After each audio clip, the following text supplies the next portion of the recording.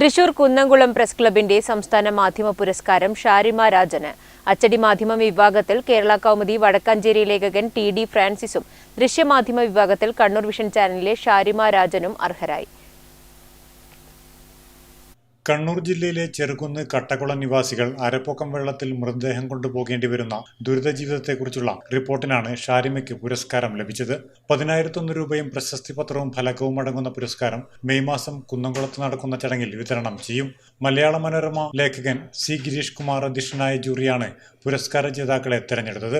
പ്രാദേശിക മാധ്യമ പ്രവർത്തകർക്ക് സംസ്ഥാനത്ത് ആദ്യമായി പുരസ്കാരം ഏർപ്പെടുത്തിയ കുന്നംകുളം പ്രസ് ക്ലബിന്റെ 20ാമത് മാധ്യമ പുരസ്കാരമാണ് ഷാരിമയ്ക്ക് വിതരണം ചെയ്യുന്നത്.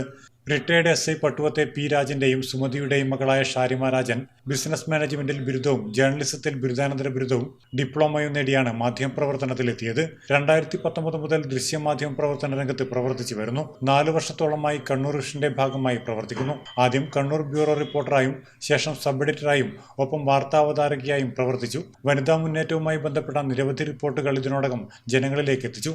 ഡോക്ടർ മുബാറക് ബീവിയുടെ ജീവിതം, ഒരു നാടിന് ദാഹജലം നൽകുന്ന KP രാധ, 60ാം വയസ്സിൽ നൃത്തത്തിൽ ചുവടുവെച്ച അമ്മമാരുടെ കൂട്ടായ്മ, പരിമിതികളെ മറികടന്ന എഴുത്തുകാരി റഫ്സാന ഖാദർ, തന്റെ വ്യക്തിത്വം തെളിയിക്കാനായി SSLC പരീക്ഷ എഴുതിയ ട്രാൻസ്ജെൻഡർ വനിത അപർണ തുടങ്ങി നിരവധി റിപ്പോർട്ടുകൾ ചെയ്തിട്ടുണ്ട്. Network news, Pazhayangadi.